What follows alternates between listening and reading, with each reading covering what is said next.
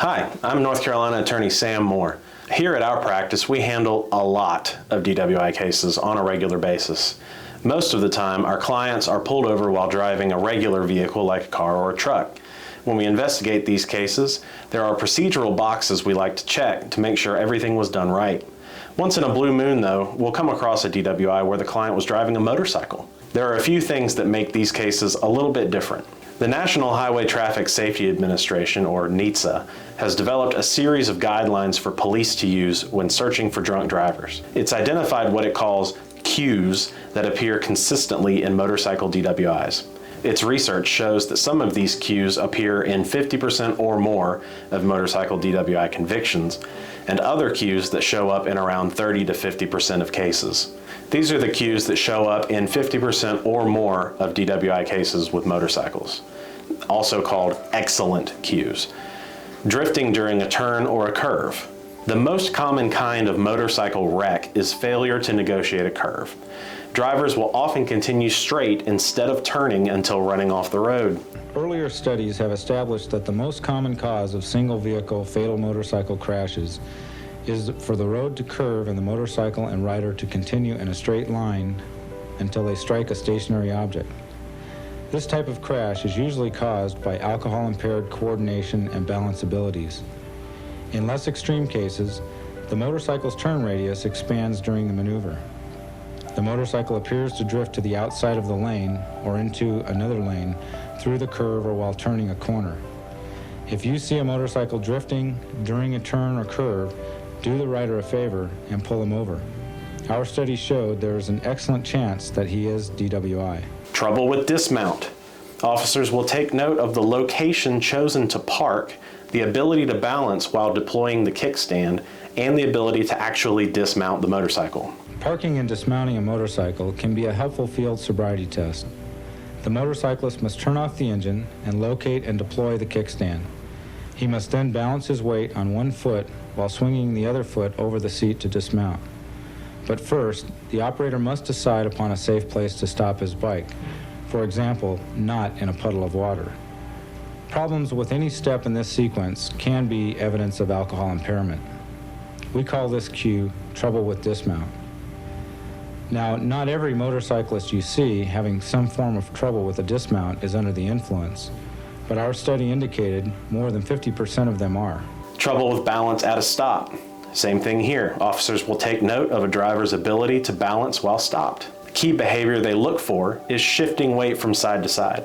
The typical practice at a stop is for the motorcyclist to place one foot on the ground to keep the bike upright, while leaving the other foot on the peg nearest the gear shift lever.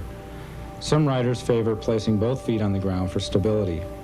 Riders whose balance has been impaired by alcohol often have difficulty with this task.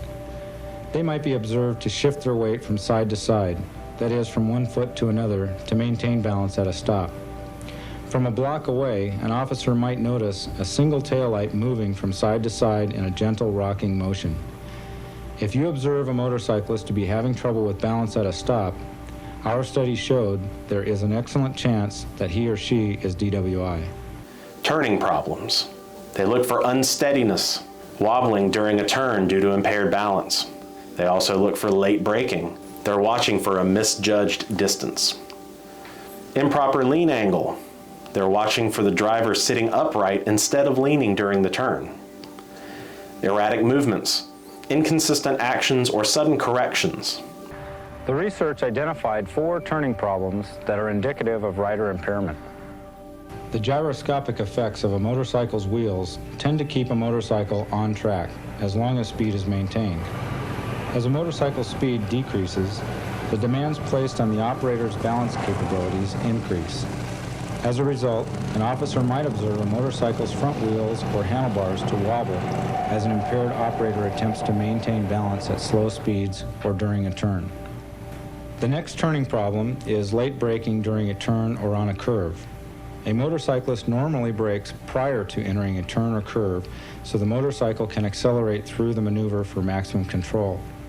An impaired motorcyclist might misjudge his speed or distance to the corner or curve, requiring him to apply the brakes during the maneuver. Third, a motorcyclist normally negotiates a turn or curve by leaning into the turn. However, when balance or speed judgment are impaired, the operator frequently attempts to sit upright through the maneuver. An improper lean angle can be detected by the trained observer. The fourth turning problem is erratic movements. An erratic movement or sudden correction of a motorcycle during a turn or curve can also indicate impaired operator ability.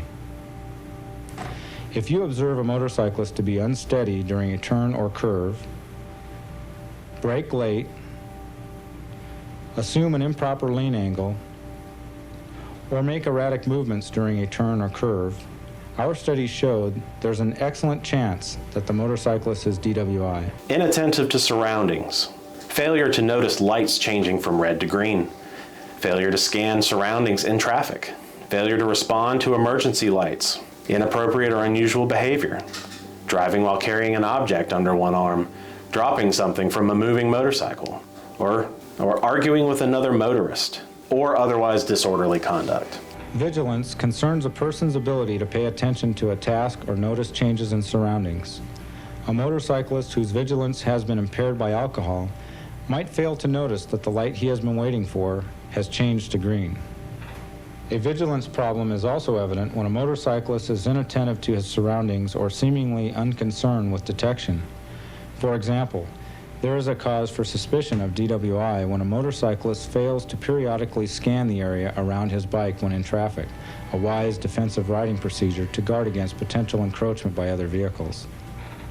There is further evidence of impairment if a motorcyclist fails to respond to an officer's emergency lights or hand signals.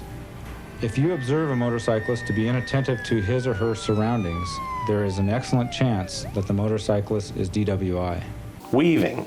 They're looking for excessive movement within a lane or across lane lines without obvious hazards present. You are probably familiar with weaving as a predictor of DWI. If you see an automobile weaving, there's a good chance that the driver has exceeded the legal limits of alcohol.